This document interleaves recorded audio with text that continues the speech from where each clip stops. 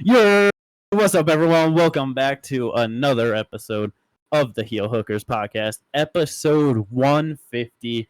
We're here. We made it. What a time to be alive, you know? Bro, I can't believe they're starting off the year like this. I am so excited. Last year, we had Canada. Oh, this year, we have this. It's such a better card. It's such a better card. It is a much better card. The main event's way better with the title fight. The co-main event title fight is way 100% better. Yeah, for sure. This is a much better card. Because I know we were kind of talking about it a little bit the other day, where with how 23 at the end when they announced the three pay-per-view headliners for the start of 24, I felt like it built so much more hype than what there kind of is for the start of the year now. Yeah, but this card, UFC 311 from Los Angeles, California.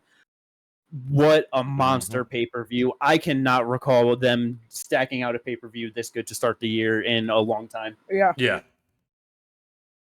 Like the main card, it's all amazing. Yes. Absolutely incredible. 14 fights on this UFC pay-per-view overall for us to get into. We also cooked up our brand new 2025 MMA draft for this year, and it's exciting. Yeah, I am so fucking excited for this one. It is not as lengthy as our 50-man draft that we did the first time for funsies, but this is a great list, and I cannot wait to get into that later too. Yes. But before all that, like and subscribe if you enjoy everything we be doing around here, giving you 2 podcasts every week starting off the year. Let's go. Starting now. Before we get into everything else, our inconsistency pays off. Yes. Yet again. Yet again, because our first ever episode, Islam Makhachev versus Volkanovski. Episode 50. Islam versus Volk 2. Episode 100, Islam versus Dustin. Episode 150, Islam Makhachev versus Arman Tsarukyan. Yeah, we forgot to do the preview for the fight night coming up this week, and it just lined up that this makes it the 50th fight again. Yep. It's incredible. It's amazing. Well, let's not highlight our faults here. Let's get into the good shit. You know what I mean? That our is divine inconsistencies. intervention. That is if very I've true. ever seen it. Yeah. I'll agree with that. But let's go. UFC 311. There is so much to get into on this card because, we said, it's just so stacked out. At the top of it, 155-pound title on the line. Islam going to break records with this. Maybe. Islam Makhachev, 26-1 in his professional career on a 14-fight win streak inside of the UFC. Third best win streak in UFC history overall right now. If he gets a win here against Arman Tsarukyan in the rematch, he can tie it with 15 wins straight with Kamaru Usman, one behind Anderson Silva's record. He gets a win here. He breaks the 4-way tie at 155 between most consecutive title defenses at 3. There is a whole lot at stake for Islam Makhachev in this fight right here. Yeah, I absolutely hate Jimmy's take because he thinks the reason why Islam is going to lose is because this record just simply isn't meant to be broken, apparently. But there's so many great fighters haven't broken it. I don't give a shit. Benson. Okay, all the fighters. Habib is, circumstances. So we can't, it's harder to count that one because it's not like he lost it. He vacated it due to his own personal reasons. The other fighters you're going to name BJ Penn. Yeah, okay, listen. They are older fighters. They are not the new school, new generation, new developed fighters. And Islam is here to be that new generation guy to break their records because they weren't good enough to do it, but he is. Tell me one quick thing. In terms of title defenses, what new champ has ever broken the record of the older champ from a different era? In terms of consecutive title defenses, because it's all the older champs that hold that title because it was true. The one, because heavyweights are fucking, but literally that is the only. But that is the only one where it, because it's flyweight. That's okay, but also other than just the records and stuff, when it comes to Arman, I just think he can beat Arman. it's like, and not only because he's beaten him before, but it's like in terms of what they've done since then, they've both done great things, but I think Islam has improved on his game much more. I think Arman has gotten better, but I don't think he's become more diverse. I don't think he's picked up necessarily new skill sets. You know what I'm saying? He has definitely grown a lot more in the striking compared to his UFC debut. That okay, I guess that's true. But either way, you know, it's like that's what I'm saying. Like, he got his striking together, but it's not that he got like a whole new thing under his belt. You know, he just tightened up what he had. For sure. Way more experience though, just overall. Yeah. I'm not trying to say he hasn't done good things and hasn't grown, but it's just that I think that because Islam has not only faced the highest of levels that he possibly could be fighting, but also like just the diversity that he's been in with it, like he is definitely shown to be able to tough things out. For sure. And it's just, you know, I don't know. Arman had the sketchy fight with Joaquim, ended up finishing him. That was good. He finished Benny after he got finished. And then like it was the Charles Oliveira performance too, where he just didn't look that impressive. He got the split decision, but it's like if he goes out there like that against Islam and Islam comes out even like if he did against Dustin, where he was obviously making mistakes, he looked very human, that Islam still beats that Arman, you know?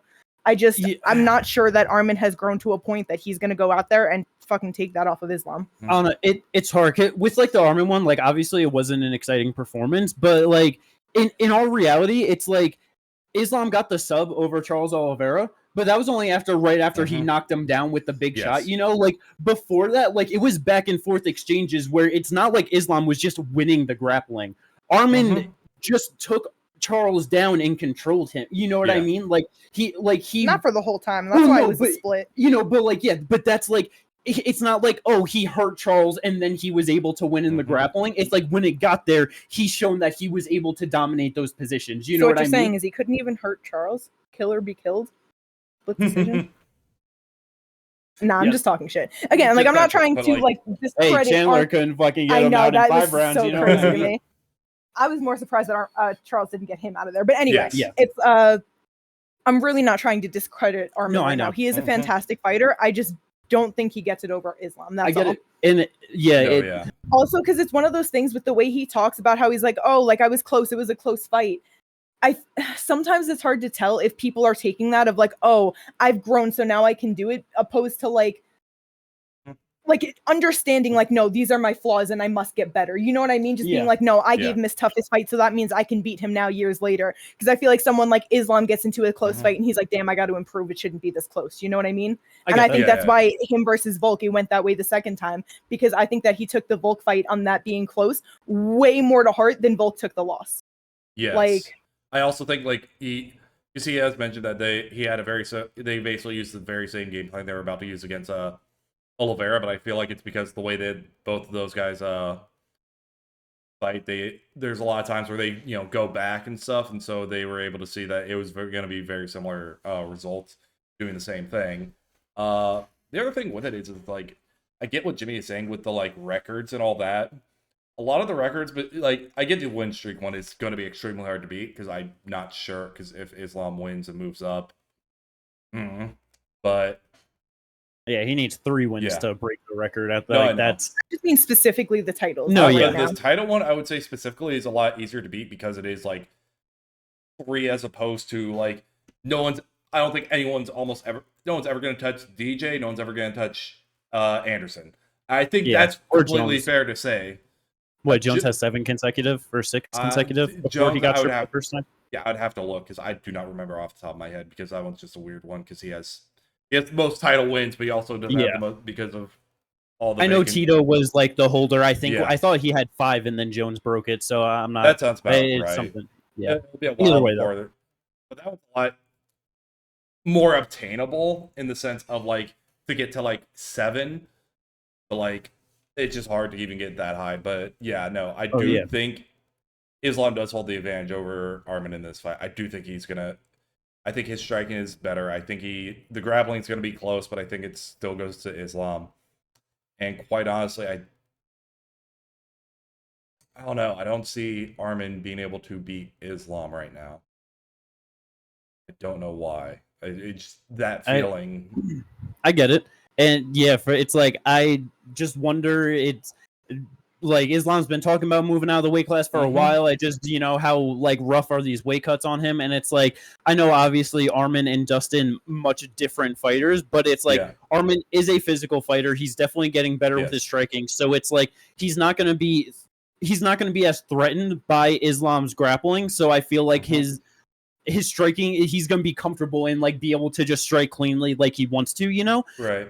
And with just how Dustin performed in the grappling against Islam, bro, if Dustin's hitting switches on you and reversing positions, Arman is fucking doing that. Like that is just like, it's just one of those things where I'm just so interested to see how the grappling exchanges go. I'm very curious to see who's the first one that's going to actually shoot the takedown. Like who wants to bring it there. I feel like it's going to be Islam, but I feel like it's going to be Arman. I'm always wrong whenever I think these things. So. I know, right? but yeah, I will say with Islam, I do also feel like I'm biased because I'm just an Islam fan, but I'm always rooting for greatness. You know what I mean? So I can't get it out of my heart that I just want him to do this so bad because it's like, yeah, bro, you are one fucking title defense away from being the person to break the 4-way tie. Like, that's incredible. Yeah, I definitely wouldn't be mad if Islam won at all. Like that would, if you're able to get 15 wins in a row and you break that fucking lightweight title defense record, like you are easily cemented into the Hall of Fame at that point. Like that's, you know what I mean? I mean, I feel like he would already be cemented even if he doesn't get it, but because 3 title defenses is just crazy for a lot of the divisions anyway. 3 straight wins against top 5 pound for pound fighters. Like that's he holds the longest win streak in the division, right? Yes, I believe so. That's because even if you take away the one at catch weight, right? then it would still be 14 fight or 13. Yeah, because I'm pretty sure it's only 1 catch weight that he has. Yeah, was Bobby that Green? I didn't know if Bobby Green. Okay. Yeah. And I don't think he had any other one, so it would be 13, which passes Khabib and Tony. Yeah. Yeah.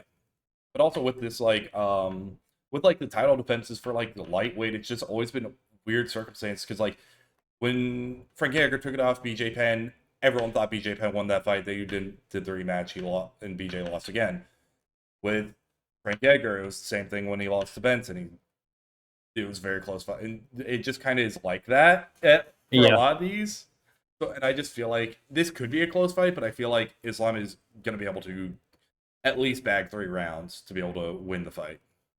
No, that's very fair. Like it because it's like we're saying that it's one of those things where I root against records to get broken so many times, and there are just certain ones that it's like, because I know 155, it's only 3 consecutive title defenses, but it's such a goddamn Shark Tank and murderer's row that's why it's so hard to do it. Same thing with heavyweight. That's why it was impossible to get past 2 forever, because it's heavyweight. You get hit one time and you're going unconscious, and that's just how it is. You know what I mean?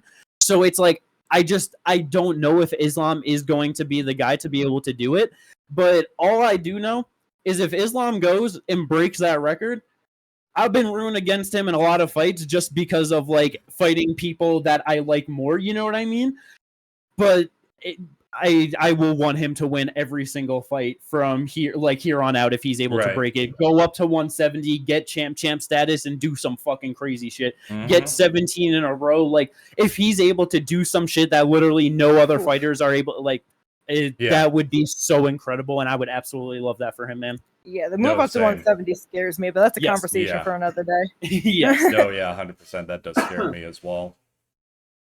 Because it's and then for Arman, it's only 28 years old. He's still super young, 9-2 in the UFC. His only losses to Gamrot, which was a super close fight. I know I thought he won that one. And then his debut loss to Islam.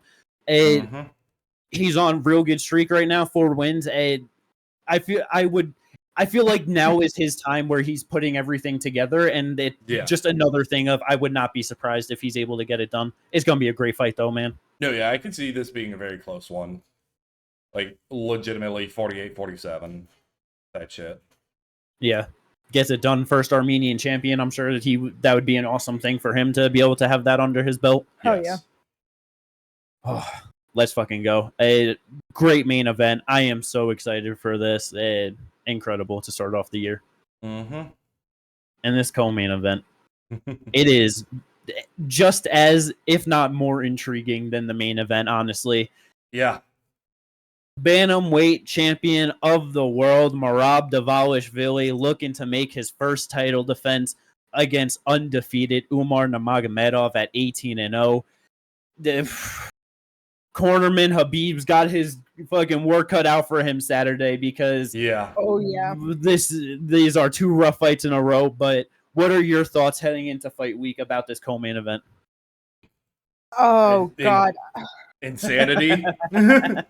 I am just super intrigued. Yeah, that's just all that I can fucking say, you know. I feel like a lot of people counted Merab out, but I feel like they've always he's just consistently counted out, you know, like he's not going to be able to do shit to Jose, and he couldn't really do shit, but he could easily win the decision because he was strong enough to hold him up against the cage. He's not going to do nothing to Piotr, and we saw what he did to Piotr. Not going to do shit to Henry, memeing on Henry.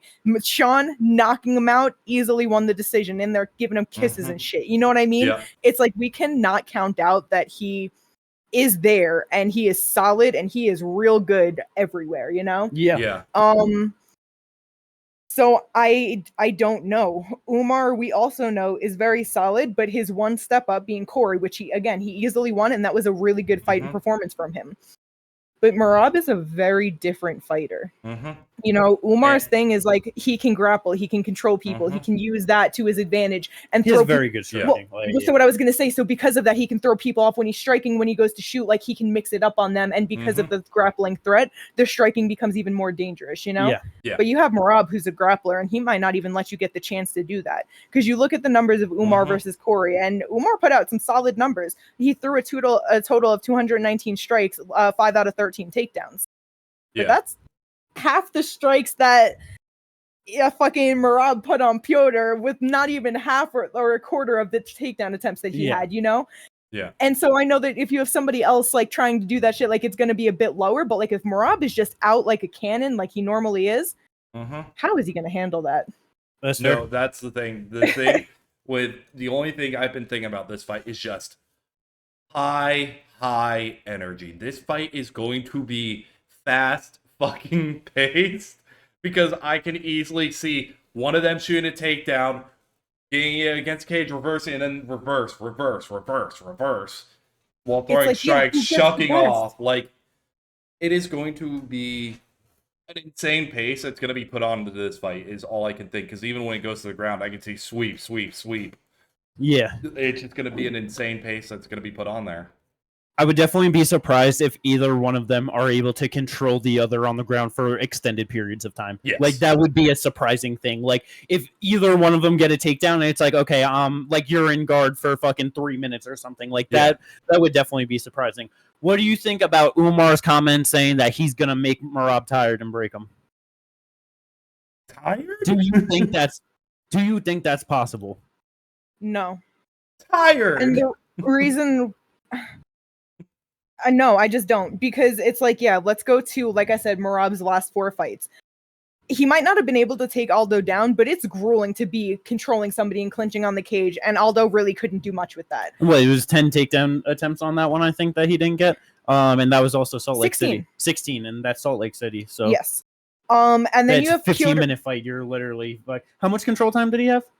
I'm sorry. No, you're good. So he had 5 minutes, 6 seconds of control time. So 5 minutes of control time in altitude. That means in 10 minutes, he shot 16 takedowns. Yes. Because that's not, like, you know what I mean? That attempt is not the control time. Like, Merab versus Piotr, like we said, 401 total strikes, 11 out of 49 takedowns with 6 minutes and 53 seconds of control time. It'll never not be crazy to hear those numbers. Yeah, and Piotr he's solid. You know, he is a solid grappler. He's a solid striker. He's not going to just sit there and be like, oh no, he's fighting through that. So it's not like it's just, easy control. Yep. Didn't get tired. Henry Cejudo, an Olympic fucking wrestler. He went 5 of 11 takedowns with 4 minutes and 23 seconds of control time and threw a total of 273 strikes. There was a 3-round fight. Yeah.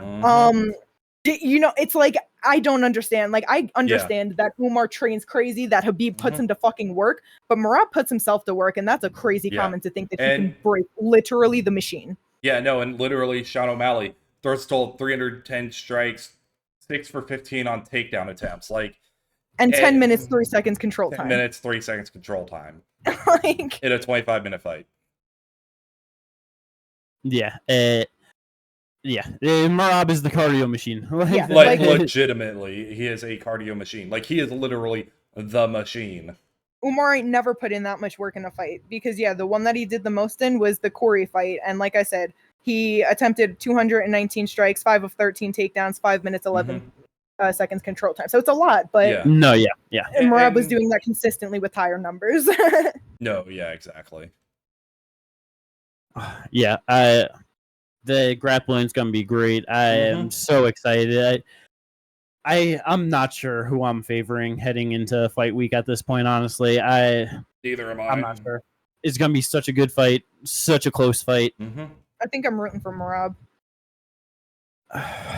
I don't know because it's like Merab just does get touched and can get hurt, and it's just one of those things where obviously knocked out though. Yeah, but he has been put to sleep though.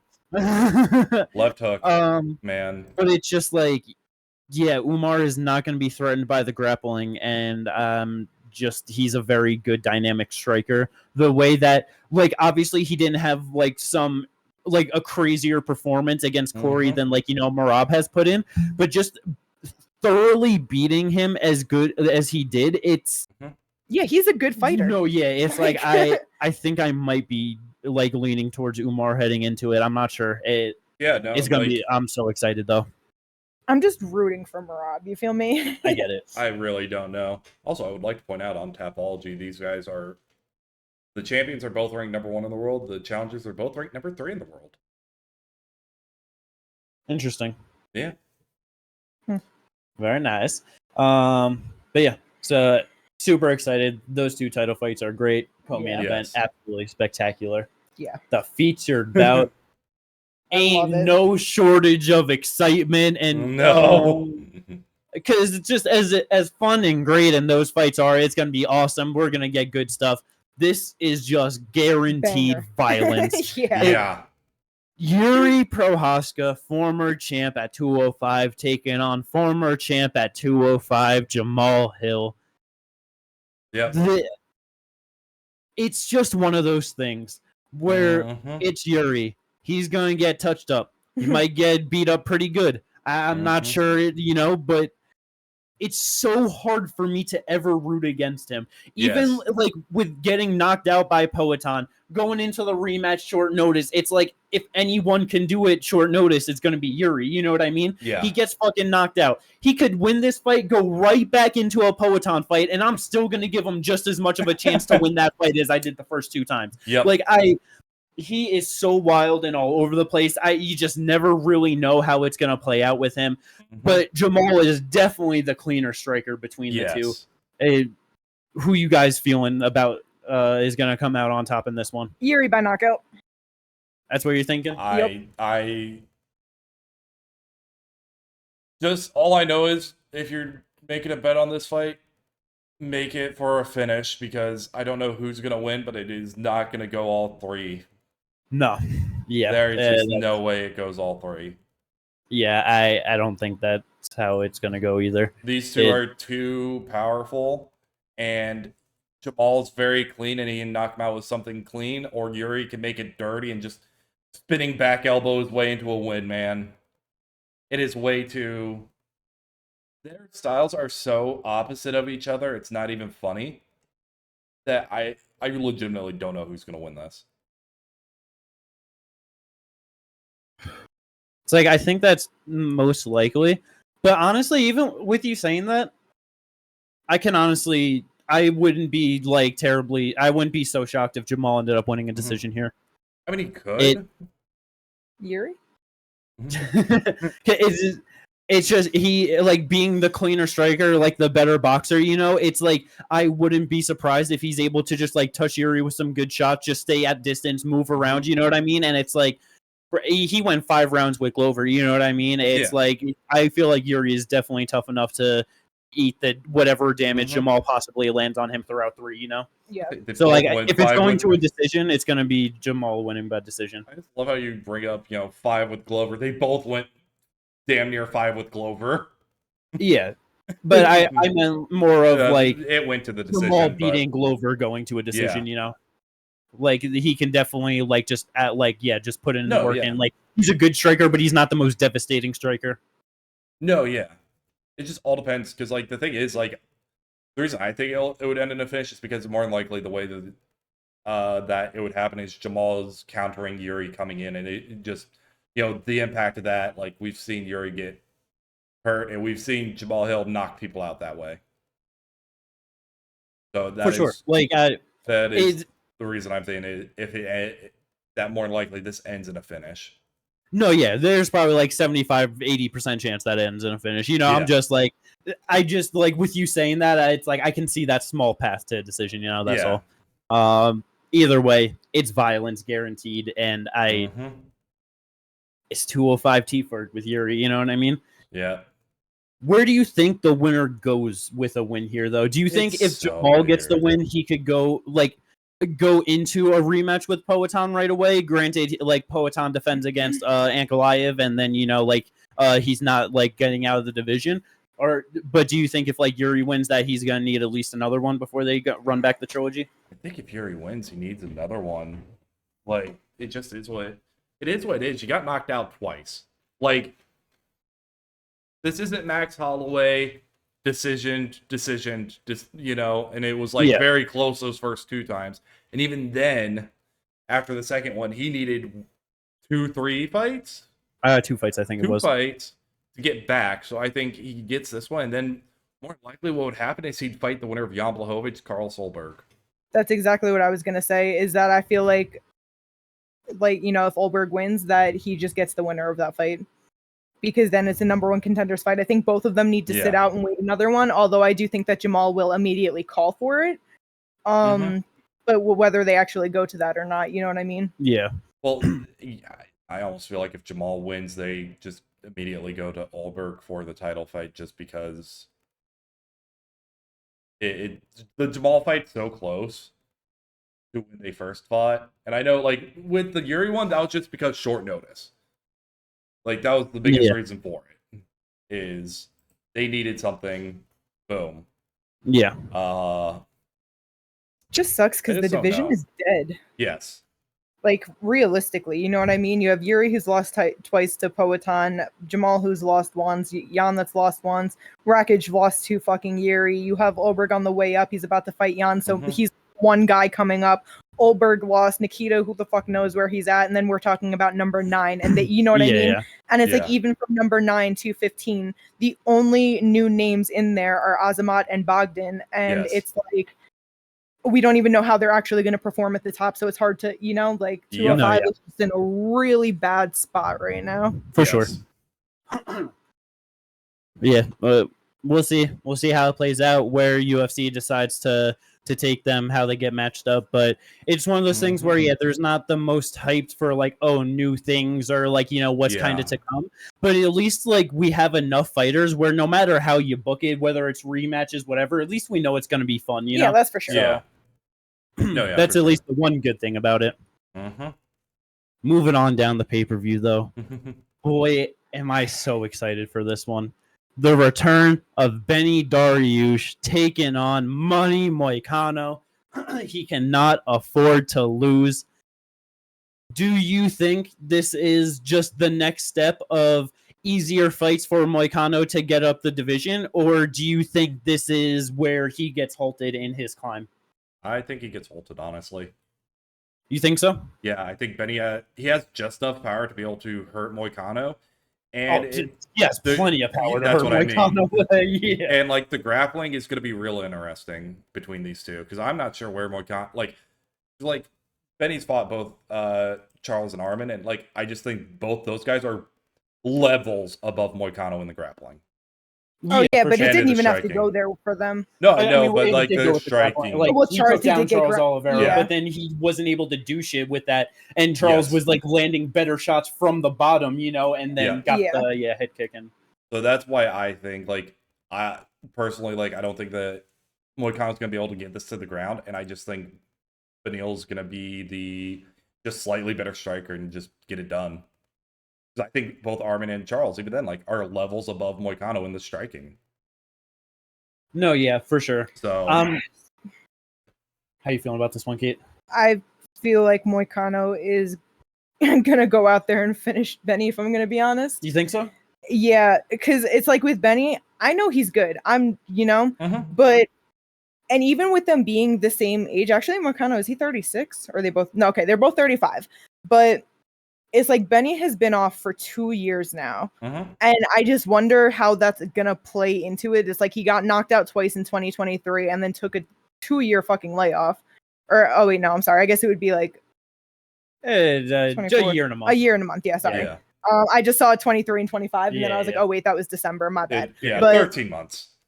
Yeah, so it's like he's been off for 13 months. Moicano has just been very active and doing really well with it, and kind of impressing me each time around. I do know that Benny could probably hurt them, but I feel like Moicano just has a different fire right now to kind of just do what he's doing, and I feel like he's tightened himself up a bit more too. I know that Benny has good wrestling, but it's like I can no longer doubt Moicano's just top pressure. So if he's able to get him down, I really do wonder how Benny's able to handle that. And if Moicano starts landing any good shots, it's like, as good as Benny is, he's chinny as shit. He has 6 losses, 5 of them are knockouts. You know what I mean? So it's like, it's not like it's just Charles and Arman that have knocked him out. He's knocked out by Alexander Hernandez, fucking, you know what I mean? Edson Barboza obviously flying knee. But he's been knocked out multiple times. No, yeah. I don't know. Moicano's been putting it together. I feel like he's going to get it done, and kind of in similar fashion to how he's been winning. Like, the thing is, like, and I get what you're saying. I can see a situation where it's the Jalen Turner, like, knockdown, but Dariush isn't going to just walk away. He is going to jump on that, and he is going to try to get the finish. And I don't know if Moicano can deal with that when he's hurt like that, because he has been ground and pounded before. Oh yeah, he's been finished multiple times too. I just think, like, he lands an overhand left, Moicano goes down, and he just jumps on him immediately and just starts, doing what he can. And then, like, during a transition, he could either get a sub or just stay on top, keeps throwing. So I just think Moicano's, like, hit that limit. If it's not here, I think it would be the next one after that, because there's a lot of fights above him that I think are going to be extremely hard for Moicano to win. Sure. The striking, I'm not really, because I feel like Benny is probably going to be ahead in the striking, but just like you said, Moicano just on a different role right now, like, just has a different fire. Benny been contemplating, like, retirement and stuff. It's like Moicano might just be able to, like, work behind, like, a really good jab, just get the better of the striking at points. And with the grappling, because just talking about, like, the top pressure, it's a very different kind of grappling than, like, where you got, like, extended grappling exchanges with Benny with, like, Mateusz Gamrot, you know what I mean? And because he was just reversing everything, dominating those. I honestly have no idea how the grappling is going to go and who's going to get a better of it. I feel like whoever wins that first grappling exchange, whenever it happens, I think that's who's winning the fight. And I don't know how exactly it's going to go, but I feel like that's going to dictate it. It's, because Benny easily has the power and striking to just go out there, put it on Moicano, and finish him within the first 2 rounds. But it's like, to your point, like, if Moicano gets him down and is actually able to secure position, he's probably going to finish Benny, like, whether it's ground and pound, whether it's rear naked choke. Like you said, been sub one time. It was by Michael Chiesa, rear naked choke. So, you know what I mean? Like, it's just one of those things. Yeah, I extremely and that is the only interested. Sub that Moicano can get. Yes. So, I don't know. It's such a 50-50 fight to me. Because I honestly feel like Moicano can even get higher in the division. It's like he gets booked with Dan Hooker. I feel like he can beat Dan Hooker, and he's a top 5 fighter. You know what I mean? Yeah. But this is just one of the rougher matchups for him on the way up. And I don't think it's easy money for him, but I do think he can get it done. Extremely excited. I do think, like, I have to lean, like, with Moicano and just agree with you, just because of, like, the role he's been on, the fire, the streak. It's just one of those things. You got someone that's, like, on a streak doing good, that gives them so much confidence. It can really help propel them higher than, like, when they're just going, like, back and forth and, like, getting wins. You know what I mean? Like, because people talk about how it's like, the mindset is half of the game. And so it's like, when you have someone that's like, I cannot afford to lose, and has just been doing great for the past couple years, getting himself into the fucking top 10, just doing good, And then you have somebody that was knocked out in his last 2 fights has been out for a year. And since the first knockout has been talking about, I might retire. It's just very different mindsets that, I can really see it playing into Moicano's favor. Yeah. No, yeah. I feel like that's why Benny took a year. I think he just needed to clear his head because, like, those were 2 rough losses. I just think he needed the time to just, like, really decompress, like, just get back onto his. Yeah, I just feel like I even saw something that this might be his last fight. It's very just possible. Still talking about it, you know what I mean? Yeah, I mean, he knows that there's not much left in time, you know what I mean? So, just see how it goes. Great fight, though, and, very excited. Yeah. Main card opener. What a fight. What a dumb, wacky, great, hilarious fight. I cannot fucking wait to see what these 2 men matched up against each other actually looks like inside of the octagon. You know what I mean? Yeah. Kevin Holland, the Trailblazer, taking on RDR. This is insane. Does RDR just get knocked out instantaneously? Does he drag Kevin Holland to the ground after getting touched up and then he's able to just dominate and sub him? Bro, I really think that Kevin Holland is going to land a big shot.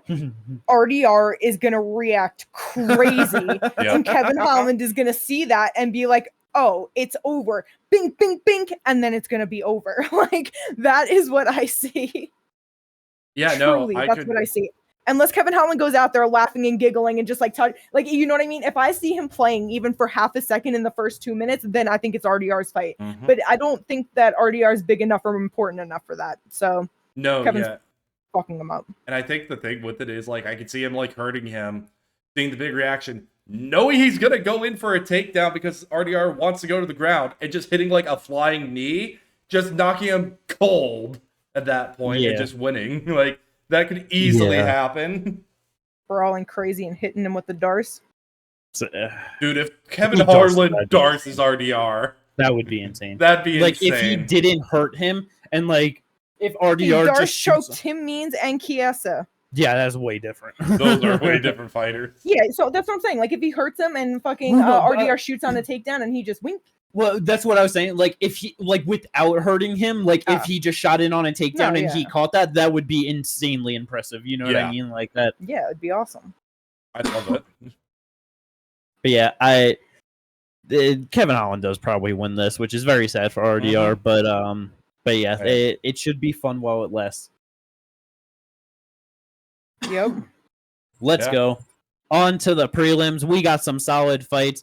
It was supposed to be Bogdan Guskov taking on Johnny Walker. Johnny Walker had a pull out, so we get debut in short notice Billy Elikana. 7-1. Yeah, Bogdan's probably gonna fuck this dude up. Like, I could just. There's not much. This guy's 7-1. He's only 29 years old. 6'2" with the 77-inch reach. So as Kate said, I think that was the last podcast. That's the average welterweight build. Yeah. He's fighting at 205. He beat Chuck Gamble in PFL. Yeah. Yep. Oh, he beat Brian Battle in Tough Enough amateur battle. Yeah, but that was a light heavyweight Brian Battle. I was about to say. Because I noticed that when this fight was announced, and I was like, "Wait, what the fuck?" And then I checked it, so yeah, doesn't count. Hey, I'm just saying it's on his record. Fat Battle. Yeah. Let's go Bogdan. First round, second round finish. Yeah, more likely. This next one, I love it and hate it so much because Payton Talbott is about to crush Ioni Barcelos. Yes. Yeah. It's going to be really good, though. Oh, it is. It is. Climbing that ladder. Ioni Barcelos, 37 years old now. He's 7-4 in the UFC, so it's not like it's bad at all. But just getting older, it's like, it only has the one knockout loss in the UFC to Umar Nurmagomedov, but it's, bro, I just feel like starting to get a little bit more chinny, you know? It just, Payton's finishing him in the first round, man. Yeah. They have been putting Payton on a good climb, though, because it's like only 9-0 in his career, but with him being 3-0 in the UFC, just doing the right thing, Nick Aguirre, Cameron Saman, Yanis Gamori, Hani Barcelos, like really good progression upwards. Oh, yes. Yeah, very solid competition all around for Payton. Just such a good fighter, man. And he's 26 years old, really going to do some great things in this division. Just give him 2 more years, and I'm sure he's going to be fucking people up at the top. Yeah. Yep. Do you think if he gets a spectacular win in this one again, that's going to be the one to get him into the top 15? Or not necessarily be ranked, but get him a top 15 fight? If not get him a top 15 fight, somebody right outside of it. Yeah, it more than likely probably someone right outside of it. But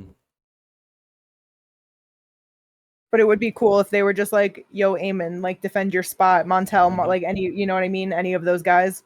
No, yeah, for sure. And I mean, yeah, it might not get him. I honestly, it may all depend, but like giving him like a Pedro Munoz. And that was like the type of guy that's, you know, again, just right outside. Yeah, so right outside. That's such a great test for anyone outside the top 15 to see if they're ready for the top 15. First one to crack that chin if he fights him. He might. That'd be sad. That would be sad. He couldn't crack Reyes Cortez's chin, though, you know, so he just put a beat down on him for 15 minutes. So maybe it'll just be a sad beat down for 15 minutes. Yeah. But it, you know, it's a lot older, so it's like, but yeah, Payton Talbot, he's going to do some great things in the UFC. I'm very excited to see how his career plays out for sure.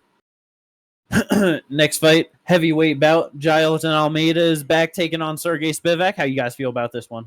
It's going to be interesting. Sergei going to be the first person to sub Jailton? I could just see like Sergei being able to keep it like defending a takedown and just being able to kind of do what Curtis Blades did potentially. I don't think he's that physical to like just kind of pound him out like that, honestly. No, Curtis Blades is a real big guy, and he hit him with like fucking 20 shots and fucking put him, you know. I mean, to be fair, he's what, 6'4"? Probably 65? Sergei? Yeah, no, Curtis. Oh, something like that. I mean, Sergei 6'3", weighs in at what? The limit at 265? Sorry, no, he weighs at 238. Yeah, but and even still, like their physiques and builds are entirely different. You know what I mean? No, I know. Like, but also, to be fair, Arcene's a pretty good grappler. He armbarred him in the first round. No, yeah, that definitely was like his real good step up of showing like where he is actually evolving. In my opinion, I do think it is going to be an interesting one. Took Alexei Oleinik to a decision back in 21. Yeah, coming up on 4 years ago at this point, and he's 29 years old. It's like one of those guys at heavyweight came in young, and it's like never been the greatest, but he has been slowly improving. But considering he came in and he was what 8-4, so that would be 9-0. So he's only lost to UFC caliber fighters. You know, yeah. Yeah, I don't know. So Jailton getting the rear naked choke over Romanov in the last one in the first round. Romanov's just so... I feel like Almeida could probably get it done. Yeah. I feel like Almeida could get it done. It's just got to be very interesting with the way it goes. For Spivac, though. For sure. That'd be a great win. Probably best win of his career, honestly. Yeah. It would suck for Jailton. Yeah. I feel like if he did lose to him, it's like, all right, brother, maybe you should go fight at 205 like you always did. Yeah. At that point, it's like he found the limit of 205 of where he's now hitting a wall. Of heavyweight, but him going back down to 205 will be good. It's funny how he came into the UFC like, damn, I'm gonna fight at heavyweight because this is my quickest path to fucking the belt, and now the way 205 is like he would have been way better off at 205. Oh yeah. Oh, 100%. He might have gotten a shot already. Like that's really funny. Yeah. Solid fight at 265 pounds. Can't wait to see how that one goes. Zachary's gonna fuck up Cedricus Dumas. Oh yes. Oh very nice. That should be good. How you guys feel about Grant Dawson taking on Carlos Diego Ferreira? I think it's a good scrappy fight. If Diego doesn't finish him sub-minute, then Grant Dawson wins. Yeah, I kind of see that. He's only lost twice, and they've both been sub-minute knockouts. It's just, So it's gonna go all Probably. 3, and it's gonna be a split decision draw. Make his record 22-2-2. That'd be really funny, but no. That'd be great. I would love that. Takes him down, ground and pounds him out of there. Dawson? Dawson to Diego, yeah. I think Dawson might be able to just sub him at that point. I don't know. Like, it's... Like, if he's able to control him that much, where you can 39 years old, Carlos Diego Ferreira. Yeah, but he's on the juice. Allegedly. Yeah, he did just beat the shit out of Mateus Rebecki. Yeah, like that. Like, he is a very solid grappler. It's like, yeah, he got he's like, never lost by submission. Never mind. Yeah, like it's he submitted to strikes. Yep, that's true. Mateus Gamrot. But I'm pretty sure that was like a rib injury, honestly. Yeah, he was against the cage. that. But it's like, yeah, like losing on the ground to fucking Gamrot, Gregor, and Benny. Yeah, not bad. No. And then like he lost to Benny again earlier, and then like Dustin, like he's really only lost to the highest level of guys other than really Gregor, I'd say. But like 2021, that was definitely like a better version of like, you know, just stylistically favorable for Gregor. But yeah, I don't know if Grant has good enough grappling to win with just that. We'll see. Yeah. Definitely very interested in that fight, though. Yeah. That'd be awesome for Carlos Diego Ferreira to get done 39 years old. Yeah. Getting himself a shot, fucking trying to get back into the rankings. We'll see. Yeah. Ranked contenders at 135 pounds, though. Carahosa, Eileen Perez. What's your excitement level on this one? I honestly do think it'll probably be like a fun, scrappy fight. Yes. Should be scrappy. Carahosa and Eileen both are just generally in more fun fights, so yeah. Oh, yeah. Carahosa, slight favorite, minus 185. That's about right. I was going to say that makes sense. Yeah. Virtually identical, same height, 1.5 reach advantage for Carahosa. Obviously, the definitely more experienced, higher level competition fighting inside of the UFC than Eileen Perez at this point. Yeah. But still only 30 years old, just continuously getting better. Like you said, it's just, I feel like it's going to be a great scrap. Let's go cooking on through the prelims. We got 3 more fights on it. It's just one of those things where every goddamn fight on here is so good. I feel like it's just worth getting brought up, you know? Yeah. Rinya Nakamura, Muin Gafarov. So happy Rinya's back. Yes, yeah, me too. Same. Had an injury at some point last year and just ended up not really fighting. I think he had a fight early in the year, and that was all. Yeah. You only had one fight last year, if I remember right. Yeah, you did. Yeah, for February 24, Carlos Vera. Just doing great. He's 9-0 at the moment. He's on a good little 3-0 streak in the UFC. Just happy to see him back. Yeah. Yeah, and honestly, I think he wins this. He should be able to win this one. Yeah. And who knows how he's going to win it, because he's shown literally all his different levels of how he's able to fight in the UFC. So it's just super well-rounded. And who knows where he goes after here. He's not going to be jumping up as much as Payton Talbott is. No. So I know nowhere near as much hype on him. Yeah, nowhere near as much hype, and he's not as he's not fighting as high level competition. So it just all kind of depends on what they want to do. But so I mean, what you saying? Just wondering how he's gonna win this one. I think the game plan is gonna be sprawling, bro. Yeah. I feel like he's gonna be fucking stuffing takedowns and beating this dude the fuck up on the feet, and probably get a late finish or something. I think, honestly. Yeah. I can see that. 100%. Yeah, Rinya's so good, man. 29 years old, just with that. Because it was the Fernie fight where he showed off the grappling, right? It was just I was just like, what the fuck? Not expecting that. Right, because he made his UFC debut and had a 33-second knockout, and then he came in and just started grappling, and it's like, oh. And then Roland realized, wait a minute, he was training for the Olympics. He was on the Japanese Olympic team for wrestling. Oh. Yeah, minus 450 favorite in this one. Yeah, big favorite. Probably getting it done, remaining undefeated. Climbing up the ranks. Let's go. Yep. Ricky Tercios, Bernardo Sopaj. That should be a fun fight, honestly. Pretty excited for that. And then prelim opener. First fight of the night, Tagira Lumbekov, Clayton Carpenter. Should be a good scrap at 125 pounds as well. Yeah, dog. You think Clayton remains undefeated and gets into the rankings, or I don't know. hope. You're getting back on track as a minus 325 favorite heading into this one? I hope Carpenter is able to get this one done. I'm not gonna lie. I would love to see another guy coming up in the flyweight division getting into the rankings. For sure. I definitely understand that.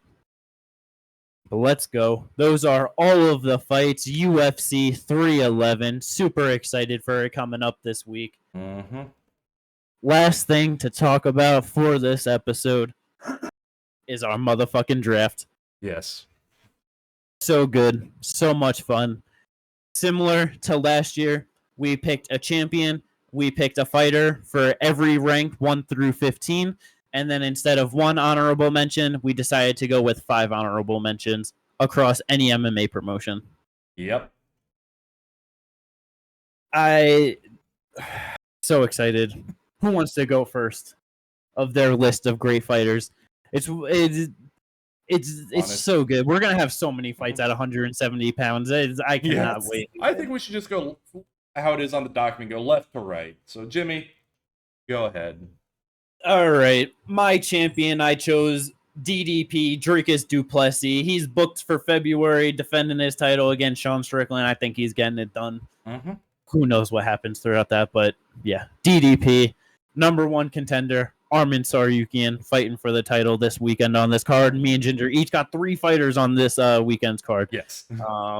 So we'll see how that goes. #2, Yuri Prochazka, 205. #3, Diego Lopez. #4, Corey Sandhagen. 5, Natalia Silva. 6, Joaquin Buckley. 7, Yasmin Lucindo. 8, Jared Cannonier. 9, Steve Versig. 10, Tim Elliott, rounding out the top 10. 11 through 15, I got Dom Reyes, Michael Morales, Bogdan Guskov, Kai Asakura, and Joshua Van ending out the top 15 rankings. And then for some honorable mentions, Vinicius Lockdog Oliveira coming up in the UFC because it is any promotion. Got some PFL and 1 championship fighters. I went with Shamil Masayev, 170 champion in the PFL tournament last year. Akbar Abdullayev, who we talked about on the last podcast that beat Tong Kai. Great win. He will probably get a couple more.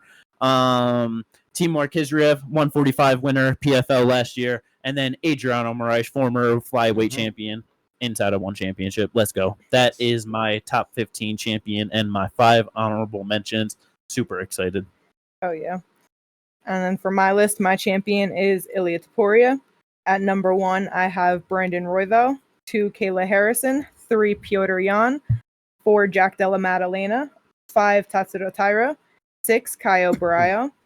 7, Ian Machado Gary. 8, Song Yadong. 9, Volkan Uzdemir. 10, Hanato Money Moicano. Yeah, fighting this weekend. Yeah, dog. 11, Loopy. 12, Jasmine Jazdavicius. 13, I got Carlos Prates. 14, Jacqueline Cavalcante. 15, Montel Jackson. And then my honorable mentions from 1 championship, I have Adrian Lee. Back to the UFC, Fatima Klein, who already got me 1-0. Bilal Hassan, who is a regional fighter in CFFC. Cody Haddon, and Carlos Leao. Absolutely incredible. Very nice. Amazing. Kate starting off the year with the first point with Fatima Klein. Yep. So, for my champion, I have Merab Dvalishvili. #1 contender, Tommy Aspinall. #2, Shavkat Rakhmonov. #3, Alexander Volkov. #4, Jessica Andrade. #5, Sean Brady. 6, Carlos Olberg.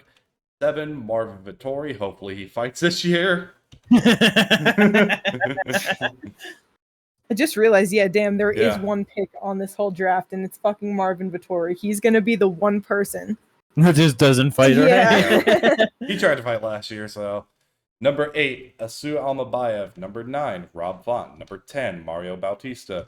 #11, Lerone Murphy. #12, Jillian Robertson. #13, Anthony Fluffy Hernandez. #14, Marcus McGee. 15, Joel Alvarez. And for my honorable mentions, the only non-UFC one I have, first one, Dakota Dacheva, PFL Women's Flyweight Champion. Yep. Then I have Payton Talbott fighting on this card, Rinya Nakamura, and then Jean Silva. Yep.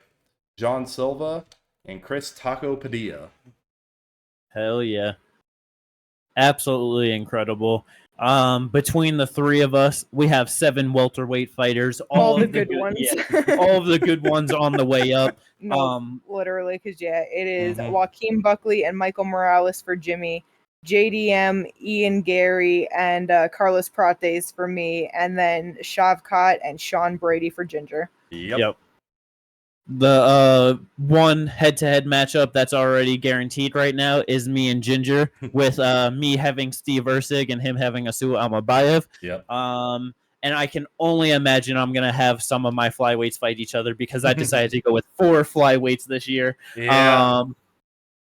And we might get some matchups too, though, because I got Royval and Tyra, which that's where I'm lucky because they literally just fought. So if a rematch happens, it shouldn't be this year. Yeah. I just have Asu, don't I? Yeah, I'm pretty sure, yeah.